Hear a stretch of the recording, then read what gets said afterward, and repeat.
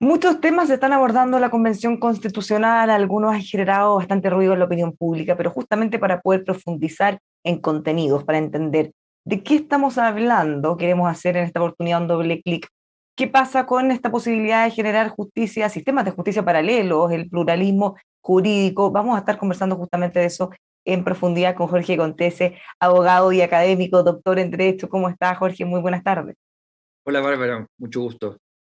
Bueno, justamente se ha generado este debate en muchos temas, pero hoy queremos profundizar en uno en particular. Cuando se habla de pluralismo jurídico y de todo lo que hemos escuchado en la convención, ¿de qué estamos hablando en términos generales? Básicamente el pluralismo jurídico debe entenderse como una manifestación de un principio que la Convención, incluso antes de que se instalara, ya venía de manera bastante clara e inequívoca que iba a ser reconocido, que es el principio de la plurinacionalidad. Es decir, una transformación respecto de la conformación del Estado chileno, que en él habitan pueblos indígenas que se consideran como sujetos de derechos colectivos y por lo tanto tienen ciertos espacios de autodeterminación, ciertos espacios de autonomía normativa, política, de acuerdo con los tratados internacionales que Chile ha ratificado, de acuerdo con una serie de principios, ¿verdad?, que articulan este fenómeno. Por lo tanto, el pluralismo jurídico debe entenderse como, de nuevo, una manifestación, una iteración de ese principio que el nuevo orden constitucional ya está recogiendo. Bueno, en la convención cuando llegaron, en la comisión, perdón, cuando llegaron al pleno con esta propuesta, sistemas de justicia, fue rechazada, pero en el fondo vuelve a la comisión para tener más detalles y de las discusiones que se han tenido, bueno, surgen dudas porque se plantea simplemente el hecho de que existan estos sistemas paralelos de justicia, pero sin bajadas. Entonces, uno no puede evaluar muy bien qué implica, en qué materias, qué cosas se pueden topar o no, los dos tipos de justicia. Probablemente son algunas de las cosas que tienen que precisar para ver si lo aprueban o no con los dos tercios, ¿no? Claro, lo que pasa es que acá hay una tensión, me parece a mí, que es inherente al proceso constituyente, que tiene que ver con cuánto es lo que la Constitución debiera abordar y regular y cuánto es lo que la Constitución debiera entregar a la regulación posterior que tenga que hacer la ley. En mi opinión, una buena constitución, es decir, una constitución que se sostiene correctamente en el tiempo y que a la vez da origen a una práctica constitucional virtuosa por aplicación de digamos, por la interpretación que hacen los tribunales de justicia, por la aplicación que hace el Congreso, por la manera como los distintos operadores van entendiendo las normas, es una constitución que en general más bien tiende a ser mínima, es decir, a entregar los detalles de las regulaciones a la ley y después, digamos, al reglamento incluso, y que por lo tanto lo que hace esa constitución es establecer, disponer los trazos gruesos de la futura regulación constitucional.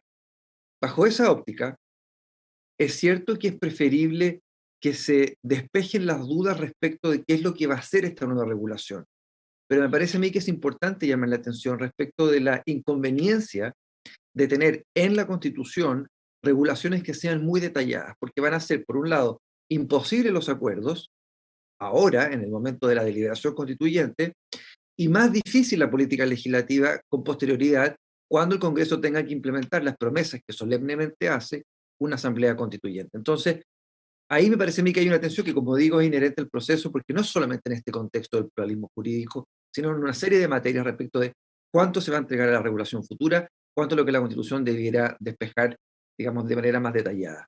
Ya, pero en ese mismo escenario, entonces, y dado que algún grado de certeza se requiere, porque van a tener que definir si se aprueba o no, quizá un marco, un límite, ¿cuál es el marco en donde esto se podría desenvolver más allá de que las bajadas posteriores las pueda hacer la Por ley supuesto, simple? ¿Cuál claro. podría ser ese Bueno, marco para que sea razonable? Porque se miran experiencias de otros países y claro, algunos se espantan y esto existe en países desarrollados y funciona bastante bien, pero quizá hay otras experiencias que pueden generar un poco de temor. por supuesto.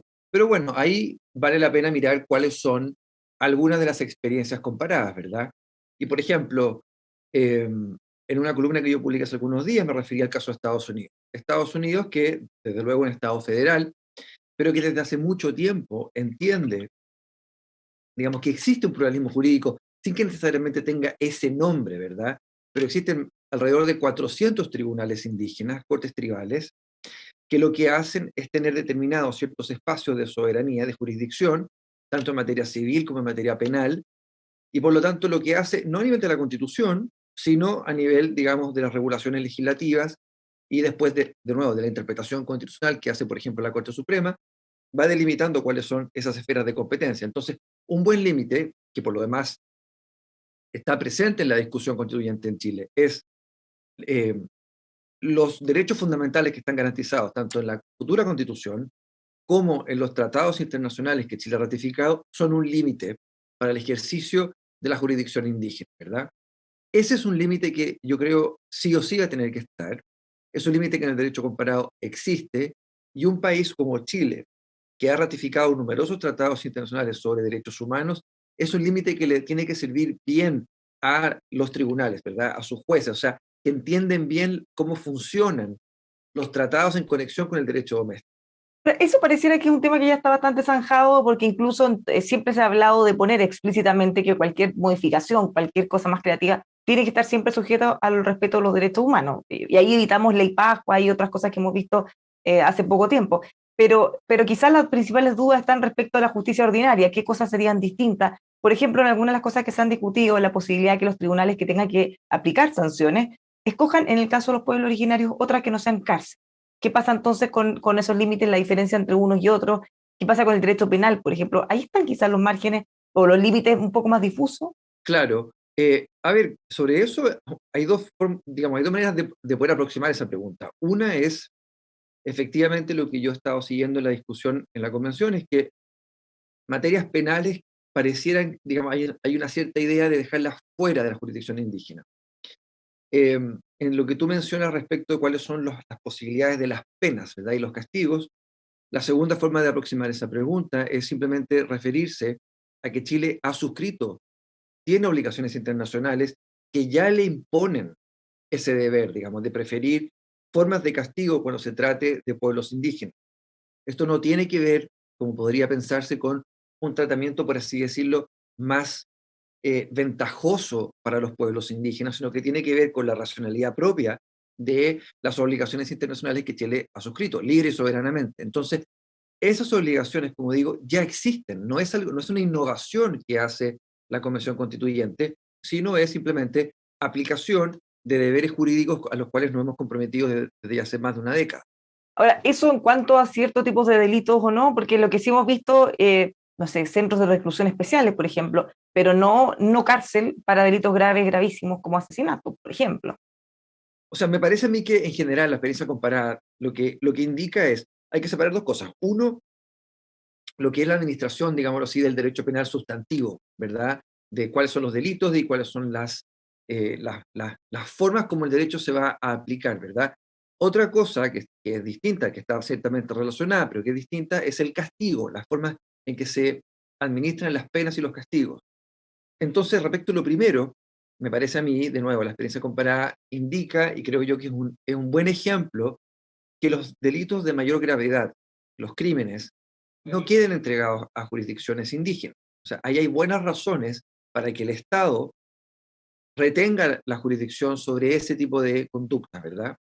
Y uno puede separar ese análisis respecto del análisis de los castigos. O sea, si hay una perspectiva intercultural, incluso respecto de quienes han cometido delitos, no hay razones para perder esa perspectiva respecto de la imposición de la pena. Entonces, ¿cómo es que se administra de nuevo la pena y la imposición de castigos en un contexto de plurinacionalidad? Son dos análisis que están relacionados, pero que son separados. Ya, o sea, en el fondo mantener el trato, mantener el juicio, mantener todo ese procedimiento en la justicia ordinaria, pero al minuto de tener que sancionar, ahí que eventualmente generar una diferencia dependiendo de lo que se haya acordado en la ley, Claro, eventualmente. y Pero en la eso, segunda parte, no en la primera. exacto, exacto, y eso, Bárbara, es, digamos, de nuevo, no es que sea una innovación radical, van a haber cambios, por supuesto, lo que estamos haciendo es pasar de un régimen constitucional a uno nuevo, pero, pero ya tenemos nosotros separada la ejecución de la pena de manera incompleta, de manera no satisfactoria. No existe, por ejemplo, una jurisdicción de ejecución penal que hace mucho tiempo los expertos y las expertas indican que debiera existir, pero conceptualmente eso es distinto que la manera como entendemos sustantivamente la forma en que el Estado reprocha conductas a través del derecho penal. Otra de las dudas que han surgido es qué pasa si hay algún problema que relaciona a personas de pueblos originarios y personas que no las sean. ¿Dónde se tendría que jugar eso? ¿Qué tipo de delitos o de problemas se podría elegir entre uno y otro? A mí me parece que un principio sano de convivencia de las distintas jurisdicciones, ¿verdad? Sobre todo la manera como está siendo redactado en el contexto de la convención, que es una suerte de coexistencia en pleno de igualdad.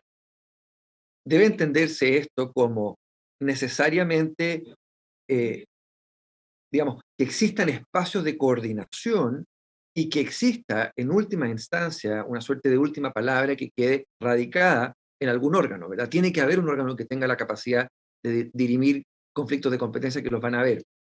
Una fórmula en que se puede abordar esto respecto a lo que tú preguntas es que exista la posibilidad de impugnar la competencia de un tribunal, ¿verdad? Tal como ocurre hoy día, desde hace más de un siglo, en que una persona dice, mire, yo creo que este tribunal no tiene competencia para conocer esta materia, entonces se eleva una contienda de competencia. La innovación es que la potencial contienda tendrá ahora que ver con una jurisdicción que es separada porque es una jurisdicción especial indígena. Pero eso, de nuevo, el Estado chileno cuenta con mecanismos para dirimir conflictos de competencia. Porque en este caso podríamos tener que una parte del conflicto quisiera optar a la justicia para los pueblos originarios y la otra a la justicia ordinaria. Por supuesto, y eso es algo que en la experiencia comparada ocurre regularmente y los tribunales analizan eso y van sentando jurisprudencia respecto de qué materias van quedando entregadas a la jurisdicción indígena, qué personas van quedando sujetas a la jurisdicción indígena, y con eso se va a ir desarrollando una jurisprudencia que en Chile evidentemente va a ser nueva. Para poder entender un poco más y mirando la experiencia comparada, porque ya decíamos, probablemente es una buena idea dejar el tema, dejar las materias penales fuera, pero ¿cuáles son las cosas que eventualmente, o mirando afuera, son las que tienen a la atribución estos sistemas de justicia de pueblo originario? ¿Cuáles son las materias que ellos pueden ver en forma más independiente? O sea, por supuesto, temas que tienen que ver con los, digamos, los conflictos propios internos que se suscitan dentro de comunidades, dentro de pueblos, dentro de naciones, ¿verdad? Eso es algo que queda entregado por definición por este principio de plurinacionalidad, ¿verdad? Se entiende que son sujetos de derecho colectivo y por lo tanto tienen espacio de autonomía. Ahora, respecto de qué materias propiamente tal, en materia civil, por ejemplo, se suele entregar a la jurisdicción indígena cuestiones relativas a derecho de familia, alimentos, divorcio, tuición, cuidado personal, también cuestiones relativas a daños, responsabilidad contractual de determinados montos, por ejemplo, o de determinadas características, o el cumplimiento de contrato. Y en aquellas jurisdicciones en las que se entrega la posibilidad de conocer respecto de materias penales, en general lo que se hace es entregar de nuevo situaciones que quedan, eh, que ocurren dentro del seno de una comunidad o de un pueblo indígena, y o situaciones que son de baja lesividad penal, que son simples delitos, que son faltas, y por lo tanto que la jurisdicción, digámoslo así, nacional, está conforme con dejar entregada a una jurisdicción indígena. Mirando también la experiencia de países que llevan y ya han implementado esto mucho antes que nosotros, ¿cómo podríamos evaluarlo? Que son hartos, ha sido, me imagino que también los problemas que han tenido lo han ido corrigiendo, o sea, podemos ir de alguna manera mirando las experiencias que ya han sido más exitosas. ¿Dónde, por ejemplo, encontramos esa experiencia? Hay dos formas, creo yo, de entender el problema jurídico. Una es, para responder a tu pregunta, ¿no? Esta forma de interacción entre distintos espacios normativos, y por otro lado, cómo es que, digámoslo así, el derecho de pueblos indígenas puede ir influyendo su turno al derecho nacional. Y en los dos ámbitos hay experiencias que son interesantes. Por ejemplo, Nueva Zelanda, que es un caso que se suele citar, Nueva Zelanda lo que ha hecho es que, sin tener numerosos tribunales indígenas, entre otras cosas, porque a diferencia, por ejemplo, de Estados Unidos, Nueva Zelanda es un estado unitario, no un estado federal, y por lo tanto el Estado tiende a concentrar más poder de una manera en que los estados federales tienden a descentralizarlo. En ambos casos es posible tener jurisdicciones indígenas, no es que solo en un estado federal se puede verificar una jurisdicción o jurisdicciones indígenas. Pero lo que uno observa en esos casos es que, por un lado, se van efectivamente delimitando las distintas esferas de competencia, y por el otro, como decía, el derecho indígena va influyendo de manera como el derecho, digámoslo así, nacional resuelve conflictos. Entonces, son cuestiones más anecdóticas, pero es interesante ver, por ejemplo, en Nueva Zelanda, hace un par de años, la Corte Suprema entendió que el mana, es decir, la reputación, una suerte de bien intangible de una persona que había fallecido, sobrevivía. Y a pesar de que bajo el derecho doméstico nacional neozelandés, una persona fallecida, sus herederos no pueden impetrar algún tipo de acción judicial, la Corte Suprema, aplicando el derecho maorí, llamado tikanga, que es un derecho distinto al derecho neozelandés, por así decirlo, modifica la comprensión jurídica del derecho neozelandés, dando forma, digo, a esta aproximación al pluralismo que no es solo regular o coordinar esferas de competencia, sino también permitir que el derecho indígena influya al derecho, digámoslo así, nacional. En Estados Unidos, la Corte Suprema, también hace un par de años, un caso probablemente el más importante en los últimos años en materia de pueblos indígenas, decretó que prácticamente la totalidad del estado de Oklahoma, para efectos de la jurisdicción indígena, es indígena. Y por lo tanto, esto que lo que hace es, aplicando un tratado que celebró un pueblo indígena en 1833 con el gobierno federal, que el Congreso nunca desahució, la Corte Suprema simplemente interpretando el derecho de una manera muy formalista, muy textualista, dice, bueno, estas obligaciones siguen vigentes y por lo tanto tenemos nosotros que entender que los indígenas ejercen jurisdicción sobre este espacio, ¿no?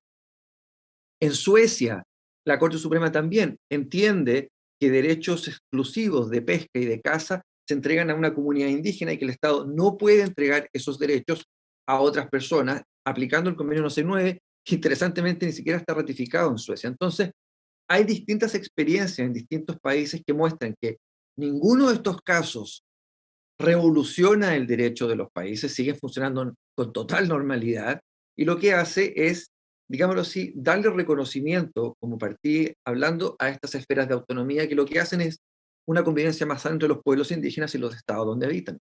Finalmente, para redondear todo lo que hemos estado conversando, ¿qué le parece lo que se está discutiendo en la convención en los términos que se ha planteado hasta ahora? ¿Hay alguna otra cosa que mejorar? Y bueno, y las críticas que surgen desde otras veredas que dicen que esto implicaría romper con la igualdad ante la ley y generar una diferenciaciones respecto a un sector y los otros. Claro, a ver, el argumento del rompimiento de la igualdad ante la ley se ha abordado desde hace mucho tiempo, mucho antes que la deliberación constituyente. Y acá, como decía antes, hay una racionalidad que es propia de los tratados y de las obligaciones internacionales que los estados asumen cuando tienen pueblos indígenas y quieren, digámoslo así, tomarse en serio esos compromisos que toman con los pueblos indígenas. El Tribunal Constitucional en el año 2008 dijo claramente, y el año 2000, antes que eso, que el convenio 169, que está vigente en Chile, trata a una población que ha sido histórica y socialmente desaventajada. Por lo tanto, para corregir esas desventajas, se hacen estas distinciones que no son arbitrarias, que tienen, digamos, que responden a esta racionalidad, como se hace, por ejemplo, con el caso de las mujeres. Entonces, eso desde el punto de vista de la igualdad ante la ley. Yo creo que lo que será importante en el seno de la discusión constituyente es que se entienda que es necesario e inevitable que exista un órgano que pueda dirimir con autoridad final las contiendas de competencia, por ejemplo, entre las jurisdicciones indígenas y la jurisdicción nacional. O sea, pretender que no haya eso sería efectivamente que hubiese más de un poder judicial, un sistema de justicia, digámoslo así, plenamente soberano en un país unitario o regional, como se va a probablemente proponer, y eso simplemente es imposible. No hay ningún país que haya hecho eso porque significaría partir los países, digamos. Entonces, hay que entender que todos estos fenómenos se producen dentro de estados independientes sin que signifiquen secesión ni una autodeterminación que signifique separar al Estado o partirlo en dos o más. Muchísimas gracias, Jorge, por conversar con nosotros. Como siempre, todo muy claro. Pues vamos a estar mirando cómo evoluciona esta discusión. Con todo gusto. Que esté muy bien, Bárbara. Muchas gracias. Pues los dejamos invitados a seguir informándose, conociendo más detalles de las propuestas en la convención aquí en emol.com.